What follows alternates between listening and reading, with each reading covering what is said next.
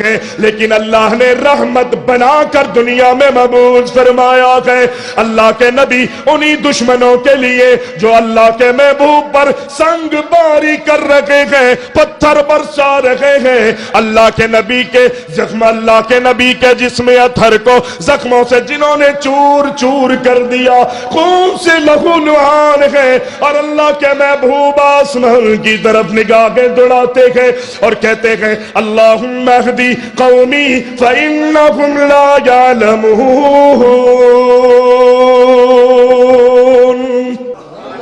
انک لا تہدی من احببت ولکن اللہ یہدی من یشاء۔ نبی مکرم کے چچا کا انتقال ہو گیا، اللہ کے نبی غمگین گئے، غمگین گئے، پریشان گئے، کاش کہ میرے چچا کو ہدایت مل جاتی۔ اللہ اکبر۔ اللہ کے نبی فرماتے ہیں میرے چچا میرے کان میں لا الہ الا اللہ پڑھ دو، کل قیامت کے دن اس کلمے کے بدولت اللہ کے دربار میں سفارش کروں گا، شاید رب العزت میری سفارش کو آپ کے حق میں منظور و مقبول فرما لے۔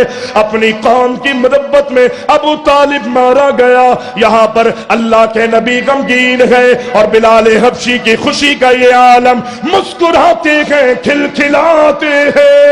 لوگوں نے سوال کیا بلال اللہ کے نبی کے چچا کا انتقال ہو گیا، اللہ کے نبی غمگین ہے، افسردہ ہے، آنکھوں سے آنسو بہہ رہے ہیں، لیکن تم خوش کیوں نظر آ رہے ہو؟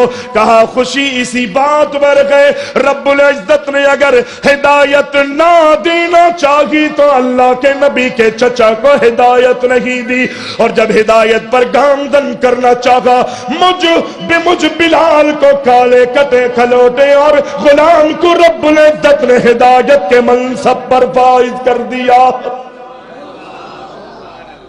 مجھ غلام کو رب العزت نے ہدایت کے منصب پر فائز کر دیا ہے، یہ اللہ ہے۔ فرمایا انک لا تہدی من احببت ولکن اللہ یہدی من یشاء۔ کس کو کہا رب نے؟ اپنے نبی کو، انک لا تہدی من احببت، اے نبی اگر کسی کو آپ ہدایت دینا چاہیں آپ ہدایت نہیں دے سکتے، ہدایت پر گامزن نہیں کر سکتے، صراط مستقیم پر نہیں چلا سکتے۔ صراط مستقیم دکھا تو سکتے ہیں لیکن گامزن کرنا اگر کسی کا کام ہے تو وہ رب العزت کا کام ہے۔ نبی علیہ السلام اسی لیے کہتے ہیں کہ اللہم امتی، اللہ میری امت۔ دل میں تمنائیں ہیں، ارادے ہیں، امنگیں ہیں، خواہشات ہیں، دل میں ایک درد ہے، تڑپ ہے۔ جبریل امین اللہ کے نبی کی بات کو سن کر دوبارہ رب العالمین کے پاس چلے گئے۔ وہ سراقہ بن مالک دشمنی پہ آیا،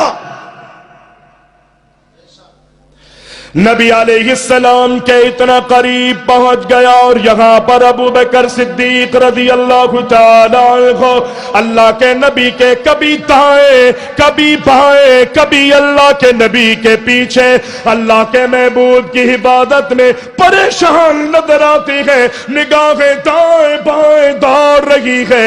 اللہ اکبر۔ لیکن سراقہ کہتا کہ میں نے محمد مصطفیٰ کو اس کیفیت میں دیکھا، ابو بکر دائیں بائیں پیچھے چاروں طرف نظریں ابو بکر کی چل رہی ہے، لیکن کائنات کے امام کا رخ انور اس طرف ہے جہاں پر اللہ کے نبی کی منزل ہے، آگے کی طرف رخ بھی ہے، نگاہیں بھی آگے کی طرف ہے۔